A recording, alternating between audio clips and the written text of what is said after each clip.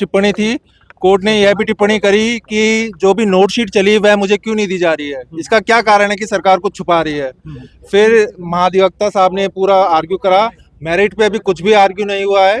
उन्होंने बस ये आर्ग्यू करा कि हम देर से आए, हम ये प्रीमेच्योर है। उन्होंने आर्ग्यू करा कि पहले जो एक याचिका लगाई गई थी उसमें बिना की परमिशन लिए कि बिना नई याचिका लगा सकते हैं, ये बिना कहते, हाँ ये याचिका विड्रॉ कर ली थी, यह क्यों करी। फिर न्यायालय की टिप्पणी भी थी कि हम कोर्ट के पास सारी शक्तियां हैं, कोर्ट इसमें सब्सटेंशियल जस्टिस करेगी, इसमें न्याय देगी जो भी पीड़ित है। और कोर्ट ने कहा है कि कोर्ट के पास एम्पल पावर है, और कोर्ट ने स्पष्ट करा कि आप ये बताइए कि इसकी जो शुद्धता और पवित्रता है परीक्षा की, वह इसमें प्रभावित हुई है या नहीं हुई है।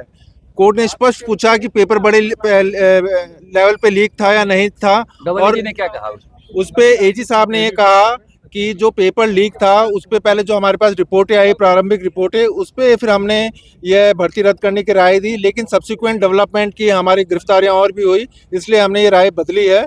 कोर्ट का बड़ा सख्त रवैया था, और कोर्ट ने स्पष्ट कहा है कि मुख्यमंत्री साहब ने पुरानी रिपोर्टों को क्यों दबा लिया है। पुरानी रिपोर्ट मांगी है, राय बदलने पे क्या कहा? कोर्ट ने कहा है कि पुरानी जो नोटशीट्स चली है, कोर्ट फ्लोर चार्ट चाह रहा है कि फाइल कैसे मूव हुई है, पहले एसओजी के पास फाइल कैसे गई, एसओजी से फाइल आगे कैसे मूव हुई, एजी साहब के पास, उससे पहले मुख्यालय के पास कैसे आई, और अंत में कैबिनेट मिनिस्टर्स के पास कैसे आई। इसमें एक जवाब यह भी है कि क्या एसओजी ने खुद से राय दी या नहीं दी, यह भी एक देखने वाला। एसओजी को लेकर भी कुछ कहा कोर्ट ने एसओजी को लेकर कुछ भी टिप्पणी नहीं करी। उनकी जो इन्वेस्टिगेशन है अभी तक कोर्ट ने उस पर कोई भी टिप्पणी नहीं करी। कोर्ट उससे मुझे लगता है संतुष्ट है। ये भी कहा कि 6 संस्थाओं की रिपोर्ट है, उसके बाद भी आप बदल रहे हैं। कोर्ट ने ये कहा था कि पहले रिपोर्टों को क्यों दबा लिया गया, ये याचिकाकर्ता ने आगे से क्यों दी कोर्ट में, आप क्यों नहीं लेके आए।